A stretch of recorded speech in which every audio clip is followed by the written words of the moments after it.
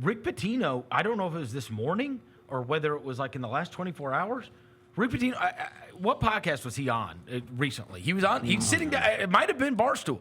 He's sitting down, and he was like, I'm going to tell you something about Indiana and that job. I could not believe. You want to talk about not giving a crap? Yeah, he's there. This is what he said. He goes, it's the easiest decision I would ever have to make. And he goes, the guy that they should go hire who would win and have them in the top 5 to 7 every single year is Chris Beard. Yeah. He said they should go hire Chris Beard from Ole Miss. He goes, in my time off, he asked me to come speak to his team. And he goes, and I went and spoke to his team. And he goes, and I watched their practices. And he goes, and a coach, you can always tell from a guy's practicing, he goes, that guy is a superstar. And he would kill it at Indiana. I would make one call if I was Indiana. It would be, I'm like, bro, another coach is saying that? Well, this is crazy. You know what? He's right. But that is a great, when would you ever hear somebody vouching for another guy to get the Indiana job? I was like, what in the world? Rick's been good about that. Like he told Kentucky, go hire Mark Pope. Yeah. He's been really good about pumping. Being the elder statesman and just whoever he believes in. And he is where he is. Pitino. And he's where he's secure in himself. Yeah. It's much easier to say things like that when you're secure. I'd be pissed as hell if I was Ole Miss. Well, hold on.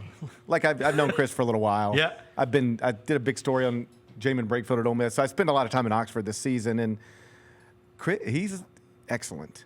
Yeah. If not for the thing at Texas, and that's a thing. He is a one crazy ass shot away from being a national champion. Do you realize at Texas Tech? He would have won the title if Virginia didn't hit that crazy ass shot. And here's the thing people don't remember. The year before that, so he took Texas Tech to the national championship game and nearly won the whole thing. Yes. The year before that, he was in the Elite Eight. Go look this up. You know who eliminated him? The national champs, Villanova. He was in a game with them with like 4 minutes to go. Right. It's just odd to me for Rick Pitino to say Indiana should hire this guy. You've got a Kim Pop subscription. Go to the 1 year Chris Beard was at Little Rock. Oh, yeah. It's like they're like 200s, 200s, 200s, 60s, 200s, 200s. It's amazing. He was coach at Little Rock, did things that had never been done there before and will probably never be done there again. Yep. He set the record for Sun Belt wins. Think of all the coaches of all the years that have been coached at the Sun Belt. He coached for 1 year, set the record. Goes to Texas Tech, takes them to their first Elite Eight, takes them to their first Final Four, takes them to their first title game. He was going to do all that same stuff at Texas. What happened. Ole Miss He's also like a Bobby Knight type character too, like that kind of aggressive. He is aggressive, but I can't sit here and say he's not aggressive when the police report says what it says. I don't. But he's an excellent basketball coach. Let's just leave it there. And if you are comfortable with the other stuff, because you're going to have to explain it. Yeah. But it does make it easier to explain once Ole Miss has already done it. Ole Miss has already said, we'll take him. So it's easier to be the second school to do it. Right. If you're comfortable with it, that's who I would hire. And it doesn't surprise you that Rick Pitino would go on a podcast to say who Indiana should hire. I will tell you this. There was a time where I could talk to people in the Grizzlies front office or people in any front office, and I'd be like, hey, you've been bouncing around, during preseason? Who'd you seen? What practice you been to?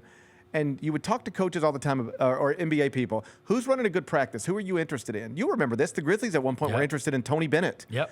And you would talk to NBA people, and they'd be like, he would have to change his style, obviously, but that guy knows basketball, can run a practice and really teach and drill and all that stuff.